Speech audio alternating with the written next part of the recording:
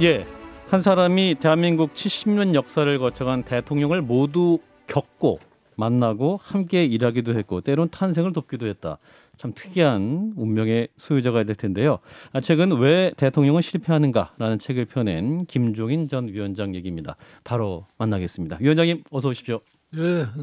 안녕하세요. 네, 안녕하세요. 진중권 작가와 김석희 소장과도 인사 나누셨고요. 새해 처음 뵙습니다. 새해 복 많이 받으십시오. 드셨지만. 자, 오늘 출판 기념회를 여섰습니다. 이번 대선을 두고 근데 누가 돼도 암울하다. 누구는 가족 측근이 휘두를 것이고 누구는 문고리가 전행을 일삼을 것이다. 그리고 다들 같은 최후를 맞을 것이라 확신한다. 이렇게 강한 말씀을 하셨네요. 그렇게 좀 심각한 상황인가요? 뭐 제가 보기에는 지금 우리가 당면하고 있는 여러 가지 참 국가적인 현안이 있는데 예. 이번에 그 대통령 후보들의 이 선거를 앞두고서 하는 발언들을 보고 어쩌면 실질적으로 국가가 당면한 현안에 대해서는 별로 관심이 없어요. 예. 근데 주로 얘기하는 것이 얼마 뭐를 주겠다, 그렇지 않으면 뭐를 개발하겠다는 이런 데 그치고 있단 말이에요. 예. 근데 사실은 이 이재명 후보가 당선이 됐을 경우에는 지금과 같은 소위 국정 운영이 또 지속이 되지 않겠느냐. 그러면 진영 간의 밤낮 이 충돌밖에 있을 게 없다고 생각하는데 예. 지금 저희 우리가 당면하고 있는 현안을 보고 같으면 우리가 지난 7월서부터 선진국이 됐다고 이렇게 얘기를 하고 있는데 각종 사회 지표를 보고 같으면 과연 우리가 지금 선진국에 맞느냐.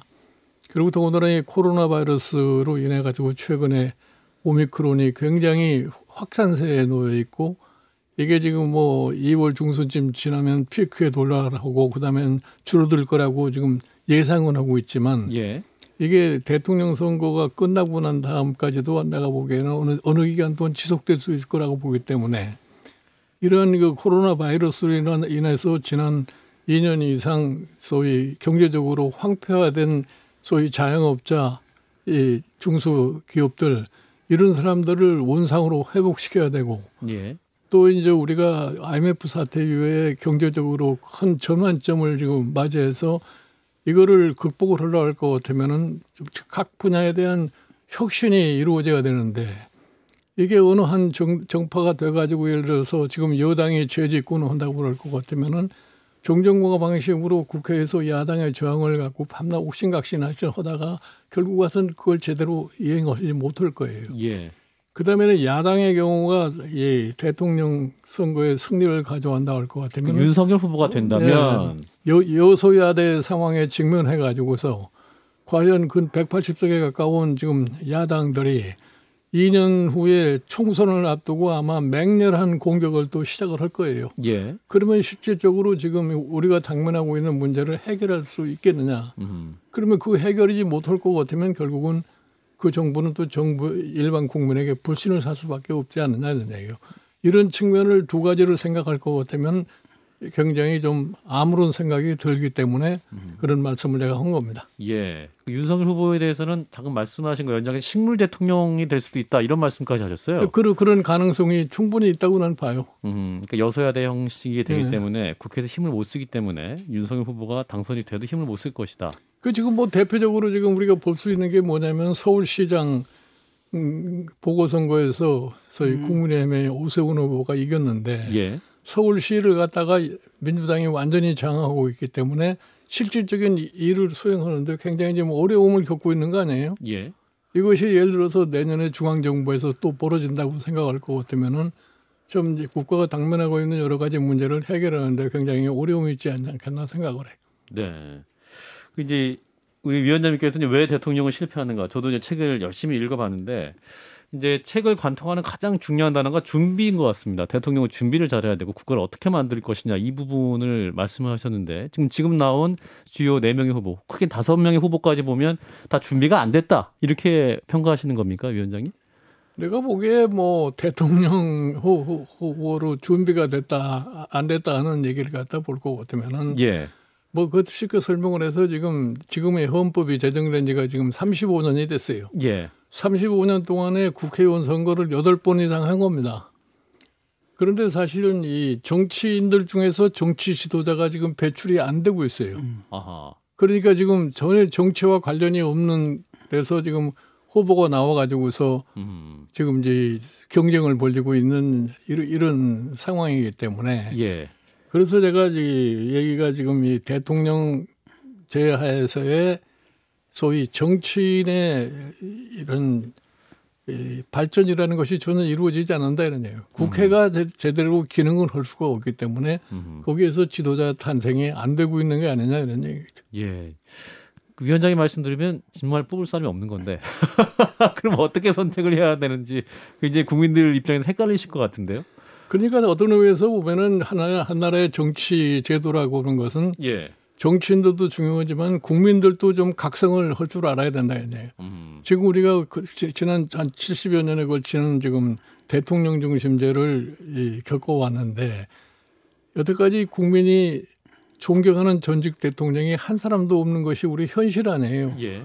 그러면 국민들도 이게 왜 이러는가를 좀 인식을 하고 뭐를 바꿔야만이 제대로 이 정치 지도자라고 보는 것이 정상적으로 기능을 할 수 있느냐를 생각을 같이 할 필요가 있다고 저는 생각을 해요. 네, 이제 그런 측면에서 봤을 때는 그러니까 이제 정치 제도의 개혁, 뭐 크게는 개헌 문제까지 이야기를 해볼 수 있을 것 같은데요. 예. 그런데 이제 문제는 뭐 우리나라 국민이 100명이 있다라고 하면 민주당 지지하는 사람 30명, 국민의힘 지지하는 사람 30명, 뭐 정의당 지지하는 분 또한 8분, 뭐 이렇게 해서 구성이 되어 있는 거 아닙니까? 예. 그런데 국회는 이 국민들의 민의와 전혀 상관없이 사실상 양당이 다 지금 차지하고 있는 상태라서 그렇죠. 예. 그런데 헌법을 개정하려고 하면 물론 대통령이 내놓을 수도 있지만 국회에서 합의가 되지 않으면 안 되는 이런 상황, 즉 현행 국회 제도 하에서는 개헌을 시도하는 게 어떻게 해도 좀 불가능한 구조로 지금까지 저는 한 10년 넘게 본 것 같거든요. 네, 혹시 대안이 있을까요? 그 문제는 정치를 이끌어가는 지도자가 확실한 신념이 있을 것 같으면은 나는 그게 가능하다고 생각을 해요. 그런데 지금 우리나라의 현실에서 보면은 대통령이 되는 사람이 대통령이 되려고 하는 사람들 이런 사람들은 거기에 대한 관심이 없어요. 왜냐하면 헌법상에 보장된 권리를 갖다 가지고 뭐 내가 준비가 됐건 준비가 안 됐건 능력이 있건 없건 간에 5년 동안은 내가 대통령으로서의 고난을 만끽할 수 있다고 생각하니까 전혀 그런 생각을 안 하는 겁니다. 그러니까 지금 나라의 장래를 생각을 하고 진짜 대통령이 되는 사람이 참 국민과 국가의 모든 거를 봉사를 해야 되겠다고 생각할 것 같으면은 과거를 갖다가 좀 이 회상을 하면서 새로운 거를 갖다 가져올 수 있는 그런 용기가 나는 있어야 된다고 생각합니다. 그런 점에서 노무현 대통령이 선거제도의 개혁에 한나라당이 합의만 해주면 총리 임명권을 넘겨주겠다는 이야기도 꺼냈다가 지지자들로부터 욕을 먹고 한나라당으로부터 반대를 당하고 이랬던 기억이 나네요. 나는 그거는 노무현 대통령이 좀 일찌감치 그런 시도를 했었으면은 가능할 수 있을지 모르겠는데 불과 임기 1년도 안 남겨놓고 원포인트 개헌을 하자 하면서 이 대통령 중림제를 하자 이렇게 제의를 했는데 나도 그때 17대 국회에 있으면서 나는 그거에 불합리하다고 얘기를 했어요.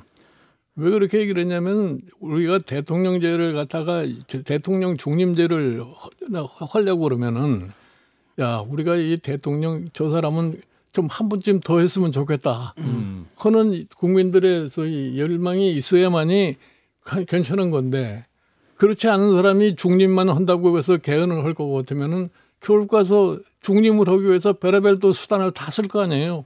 그러면 그 자체가 소위 정치 발전에 저해를 되기 때문에 원포인트 개헌을 갖다가 나는 그게 맞지 않다고 얘기를 했는데 뭐 지금에 와서도 저는 똑같은 생각이에요.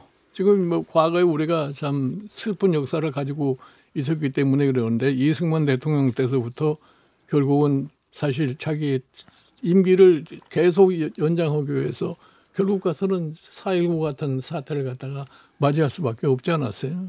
이제 그런 것을 생각을 했을 적에 지금 우리가 이 현 상황에서 대한민국의 정치 발전을 위해서 그러면 어떠한 제도가 가장 합리적이냐.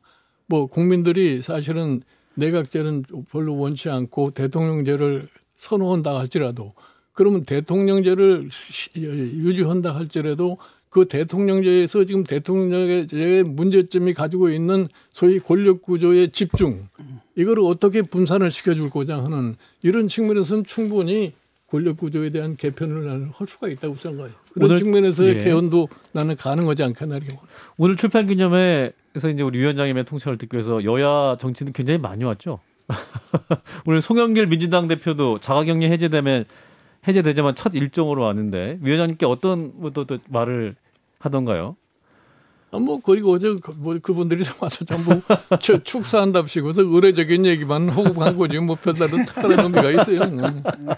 근데 그래도 지금 여야 모두 위원장님께 그 설 전후로 계속 전화 통화 요청하고 특히 만나고자 시도를 굉장히 많이 하고 있지 않습니까? 오늘 국민의힘 김기현 원내대표는 위원장님께 어떤 말씀하시던가요?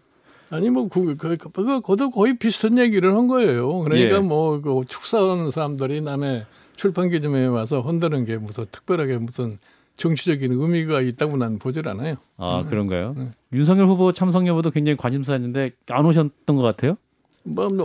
참석 안 했어요. 난 모르겠어요. 나는 참석한다고 했는지도 난 잘 알지 못하겠는데. 아 그런가요? 자, 진 작가님 질문할게요. 네. 그 실패하지 않는 방법을 말씀하셨어요. 대통령이 실패하지 않는 방법. 예. 그 첫 번째 조언을 보니까 당선되면 나를 도왔던 사람은 다 잊어야 한다. 이렇게 말씀하셨단 말이죠. 그러니까 이제 대통령에 당선되고 대통령 캠프서부터 같이 이러는 사람들은 자기네들이 대통령이 당선되면 자기네들도 무슨 지분이 있다고 생각하는 사람들이라고. 예? 도와줬으니까. 예, 그러니까 그런 사람들은 자기네들이 뭐 당연히 뭘 해야 된다고 이러는 사람들이기 때문에 그런 사람들한테서는 솔직히 얘기해서 객관적인 어떠한 일을 할 수 있다고 보지를 않아요. 제가 과거에 여러 대통령들의 상황을 놓고 봐도 결국 가서 처음에 뭐 내각이 됐건 청와대가 됐건 소위 대통령 선거에 뭐 신세진 사람들을 다 갖다 놔가지고서는 성공한 예를 보질 못했어요. 근데 대통령 된 사람 입장에서는 사실 자기를 이렇게 엄청나게 도와줬던 그런 사람들의 어떤 요구도 거절하기 어렵지 않을까요? 자리 사냥꾼이라고 아니 그러니까 하기에는. 대통령이 되는 사람은 보통 사람하고 같으면 안 돼요. 아 그런가요? 자기는 이제 일단 대통령에 당선이 되면은 그 순간서부터 나는 솔직히 얘기해서 가족이나 뭐 친구나 이런 걸 잃어버려야지. 그래야지 전적으로 이 참 국민과 국가에 봉사를 할 수가 있지. 예. 그 어느 특정 소위 이해관계에 있는 사람들과 연결이 돼 있을 것 같으면은 제대로의 기능을 나는 할 수 없다고 생각해. 근데 그런 것 때문에 결국 가서 지금까지 전직 대통령들이 상당히 어려움을 겪지 않았나 이렇게 봐. 그렇군요. 이제 지금까지 많은 후보들 도우셨는데 사실은 경선 때 사람 다르고 후보 때 다르고 또 당선 때도 달라진 어떤 대통령들의 모습 보고 실망 많이 하셨다고 하는데. 그건 내가 스스로가 경험을 많이 해봤기 때문에 그건 뭐 내가 확실하게 얘기를 하는데 예. 후보 시절에 경선 때 얘기하는 거고 후보로 확정됐을 때 얘기하는 거고 예. 그다음에 대통령이 됐을 때 오고 사람이 다 달라지는 거예요. 아주 쉽게 얘기를 해서 내가 2012년에 박근혜 대통령 당선되는데 도움이 되려고 사실 요구를 해가지고 내가 약속을 하고 간 거예요. 네. 경제민주화를 확실하게 할 테니까 뭐 때문에 나보고 도와달라고 그러니까 내가 경제민주화를 꼭 할 테니까 도와달라고 그래요. 박근혜 후보가 당시에. 예. 그래서 내가 그걸 믿고서 사실은 갔었는데 예. 결국은 대통령 선거를 거의 이제 끝 무렵에 갔을 적에 한 2달 남았는데 벌써 태도가 좀 이상해지는 거예요. 예. 그래서 내가 그 당시에 어디 방송에 출연해가지고서 야 후보가 무슨 로비를 좀 받은 것 같다 이런 얘기를 했다고. 그러니까 이 사람들이 그걸 나한테 따지려고 그러는 거야. 로비를 받았다는 증거를 대라 하는 식으로 따지고. 그러나 그때도 그랬어요. 당신들이 나를 대통령 만드는데 도와달라고 해서 와서 내가 얘기를 하는 건데 하기 싫으면 안 하면 그만이지. 왜 나한테 그걸 자꾸 따지려고 그러느냐 내가 그런 거예요. 그런 상황을 겪고서 결국은 대통령 선거를 해야 되니까 또 말을 바꿔가지고서 좀 내가 생각을 달리할 테니까 좀 끝까지 좀 도와달라 하는 이런 식으로 했는데 결국 가서 뭐 그것까지 도왔지만 당선이 되고 나서 이후에는 그 약속이라는 경제민주화에게 것이 그냥 사라져버리고. 백지화돼 버린 거예요. 예. 사실 경제민주화를 하겠다고 해서 해놓고 결국은 당선되고 나서 국정 운영 목표를 설정한 데서 경제민주화를 싹 지워버린 거죠. 그러니까 결국 가서 그런 측면에서 결국 가서 내가 보기에는 실패가 처음서부터 되어 있지 않았나 나는 그렇게 생각합니다. 가장 최근에도 오셨던 윤석열 후보는 어땠습니까? 윤석열 후보도 변했습니까? 나는 윤석열 후보도 경선하는 과정과 후보가 된 이후에 벌써 좀 사람이 좀 달라졌어요. 아, 달라졌습니까? 내가 뭐 괜히 내가 헛소리 하는 게 아니라. 예를 들면 어떻게 달라지셨어요? 아니 예를 들어서 내가 그런 얘기를 하는 거죠. 예. 처음에 선대위를 구성을 하면은 내가 그 선대위 구성에 따라서 예. 행동을 하겠다고 날 보고 분명히 얘기를 했는데 확정이 된 이후에 한 10여일 동안 나한테 전혀 연락이 없이 선대위를 다 구성해가지고 가져와서 참여만 해달라는 이런 얘기예요. 예. 그래서 내가 그때 벌써 이 사람도 또 달라졌구나 하는 그런 느낌을 받은 거지. 그러니까 총괄선대위원장직을 받았을 경우에는 아니 그러니까 나는 그래요. 예. 이 자리라는 것이 무슨 일을 하기 위해서 필요한 거지. 그 자리 자체가 중요한 건 아니거든요. 자리에 가서 제대로 된 기능을 할 수 없을 것 같으면 그 자리가 의미가 없어요. 예. 그걸 내가 한 달 가까이 선대위를 운영하는 것을 보니까 뭐 선대위가 제 기능을 발휘하지 못하는 것 같아서 예. 선대위를 갖다가 개편하겠다고 하게 되니까 이제 거기에서 무슨 날 보고 뭐 구태타를 하느니 어쩌느니 이래가지고서 그건 헤어지는 결과를 가져오게 된 거죠. 그 4138님도 지난번에 김건희 씨 녹취록에서 위원장님이 불쾌하실 만한 발언이 있었죠. 그러니까 이를테면 먹을 게 있어서 잔치집 기웃거린다 뭐 이런 말이 있었는데 아니, 나는 사과했습니까? 나는 솔직히 얘기해서 예. 인생을 갖다가 나는 그렇게 살아본 적이 없어요. 예. 내가 그동안에 뭐 여러 가지 참 직책도 가져보고 국회의원도 한 5번이나 해봤지만 한 번도 내가 누구한테 신세를 지거나 부탁을 해서 가본 적이 없어요. 예. 그런데 뭐 내가 먹을 게 있으니까 왔다. 내가 거기도 사실은 선대위도 참여를 안 하겠다고 하다가 예. 참 주변이 하도 이제 설득을 해가지고서 내가 12월 3일에 참여를 했는데 예. 이제 그거를 놓고서 먹을 게 있었으니까 왔다 이렇게 표현을 한 것 같은데 거기 가서 먹을 게 뭐가 있어요? 아니 총괄선대위원장이라는 것을 했다고 하면은 거기서 그 다음에 기대할 수 있는 게 뭐가 있겠어요? 가서 봉사주고 마는 건데. 예. 그게 나는 뭐 무슨 김건희 씨가 그런 얘기한 거에 대해서 별로 내가 신경도 쓰지도 않아요. 사과는 받으셨습니까? 자기 멋대로 얘기한 건데 내가 거기에 대해서 뭐라고 내가 반응할 필요도 없는 거고. 예, 그렇군요. 그 윤석열 캠프가 뭐 여러 가지 문제가 있지만 일단은 그 컨텐츠가 지금 예? 컨텐츠라고 내용이요. 예. 정책의 내용. 네, 그러니까 사실은 저 위원장님한테 기대할 수 있는 것은 그 새로운 아젠다라든지 컨텐츠 아니, 이런 그러니까 건데 이 사람들 거기에 대한 개념이 좀 그 콘텐츠라고 하는 것을 갖다가 사실 만들어 주려고 내가 그랬어요. 예. 내가 그래서 이제 내가 12월 달에 갔으니까 1월 달쯤 가면은 뭐를 제시해야 되고 2월 달쯤 가면 뭐를 제시해야 하고 내가 그 사실 솔직히 해서 준비를 다 했다고. 아하. 월별 계획까지. 그런데 이제 1월 5일로 지나가지고서 그냥 이제 빠져나오게 되니까. 예. 그래도 의미가 없으니까 내가 다 찢어버리고 말하는데. 아하. 그러니까 결국은 내가 보기에는 이 정책 자체에 대한 기본적인 인식들이 안 되어가지고 있기 때문에 예. 국가 경영에 대한 포괄적인 이런 프로그램이 전혀 보이질 않는 거예요. 근데 이제 그게 그 당시에 그러니까 선대위라는 시스템 하에서 돌아갔으면 좀 고쳐볼 수 있었을 텐데 네. 선대위는 선대위대로 돌아가고 후보 비서실은 또 비서실대로 일정과 아니, 그러니까 정책을 선대위가 돌아갈 수가 없는 거지. 후보 비서실에서 자기네들이 다 알아서 하고서 거기를 거쳐야만이 모든 것이 되고 일정인이 메시지가 거기에서 나가게 되기 때문에 예. 더 이상 뭐 선대위가 독자적인 기능을 할 수 있는 그런 여건이 없어요. 그러니까 비서실의 역할을 줄이려고 해보셨던 거였죠. 그래서 내가 심지어 내가 당신 비서실장을 직접 해줄 테니까 그러셨죠. 그렇게 제발 말씀하셨죠. 좀 이 비서실 지금 현재 비서실을 갖다가 그대로 운영해서는 안 된다고 내가 얘기를 했던 거예요. 그렇군요. 그때 준비하셨던 거 혹시 살짝 말씀하실 수 있을까? 뭐 1월에 뭐 하고 2월에 뭐 하고. 아니 그러니까 이게 기본적으로는 소위 지금 우리나라가 당면하고 있는 여러 가지 상황을 이제 고려를 해가지고 국가 혁신을 어떻게 해야 되겠다는 예. 프로그램을 제시를 해주려고 그랬던 거죠. 그러셨군요. 그럼 지금 선대본부 체제 지금 어떻게 돌아가고 있다고 판단하십니까? 나는 관심이 없으니까 별로 뭐 어떻게 돌아간 거에 대해서 알지 못해요. 그렇군요. 당신이 위원장님께서 예전에 그 연기나 하면 된다라고 이렇게 말씀하셨을 때 뭐를? 후보는 연기나 네. 하면 된다 이런 말씀하셨었는데 그 당시에는 어떤 후보의 모습을 보면서 정말 답답하셔서 하셨던 말씀이었던 아니 거죠? 그러니까 내가 처음에부터 강조한 게 뭐냐면 대통령 선거에서 후보나 선대위가 실수하면은 진다네 그랬어요. 절대 실수를 해서는 안 된다 이런 얘기. 예. 그러니까 이제 예를 들어서 후보 얘기도 참 이 제대로 모든 거를 갖다가 섭렵을 해가지고서 확정한 것에 대한 것만 얘기를 할 수 있게 해줘야지. 예. 후보의 얘기가 유권자에게 어느 정도 반응을 일으킬 수 있을 정도의 메시지가 나가야 되는 거 아니에요? 네. 예?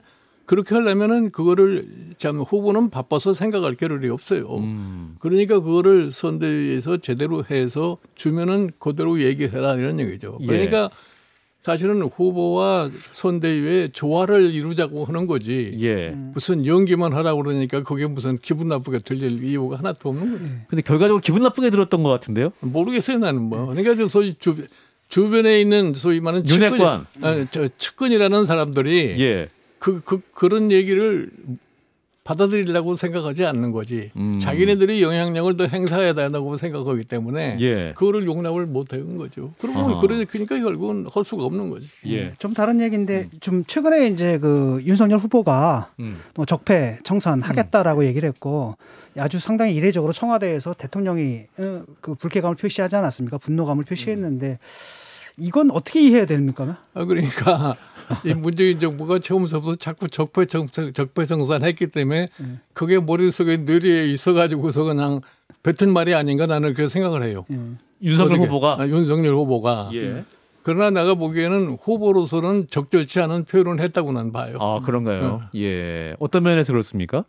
아니 현직 더군다나 현직 대통령을 갖다가 저 사람은 임기가 끝나면 가버릴 사람인데 예. 지금 새로운 정부를 구성을 하기 위해서 나온 후보가 현직 대통령을 상대로 해서 그런 얘기를 했다는 건 적절치 않다고 생각을 해요. 그 문재인 대통령도 불쾌감을 표시했던 것 자체는 그러면 그 충분히 불쾌할 수 있는 상황이라고 보시는 거죠? 대통령이 당선된 다음에 뭐 그런 얘기를 하면은 별개 문제인데 아하, 예. 후보로서 그런 얘기를 했다는 거는 적절치 못하고 결국은 내가 그런데 거기에 대해서 뭐 문재인 대통령이 오늘 뭐 직접적인 사과를 요구하는 얘기를 했다는데 그게 대통령으로서 적절한 생각인지 나는 잘 모르겠어요. 그러나 하여튼 현직 대통령과 후보가 이렇게 맞붙으치는 모습이라는 건 별로 좋은 게 아니라고 생각해요. 이준석 대표는 이제 대통령이 야권 대선 후보에 논평을 내는 것 자체가 이제 선거 개입이다라고 말을 했습니다. 동의하십니까?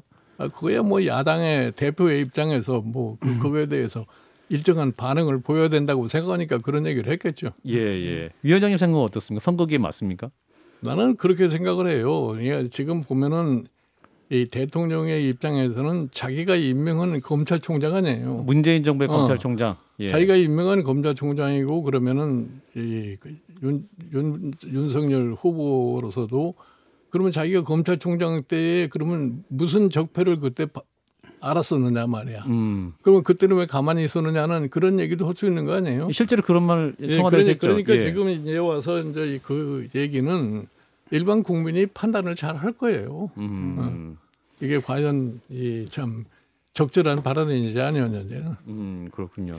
지금 사실은 뭐 양쪽에 지금 강성 지지층들 중심으로 좀 뭉쳐 있고 중도층들도 이제 조금 양쪽으로 붙어가는 상황인데 사실은 이러다 보니까 이거 누가 되든 간에 이게 대립의 정치는 계속될 것 같거든요. 그래서 어떻게 보십니까? 지금 뭐 그러니까 지금 그렇게 양 진영이 극단적인 상황으로 가게 되면은 예. 내가 처음에 얘기하는 것처럼 양쪽이 다 불행해질 수밖에 없어요. 이제 예를 들어서 이 윤석열 후보가 당선이 되면 지금 얘기한 대로 적폐 청산을 해야 될 거 아니에요.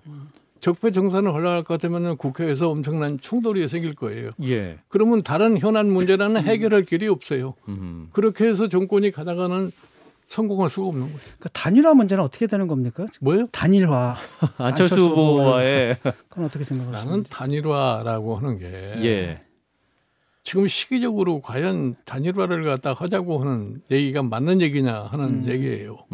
어?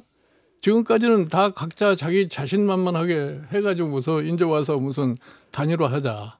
그럼 단일화 어떻게 하겠느냐 이게. 단일화하려면 객관적인 기준이 있어야 될 거 아니에요. 예.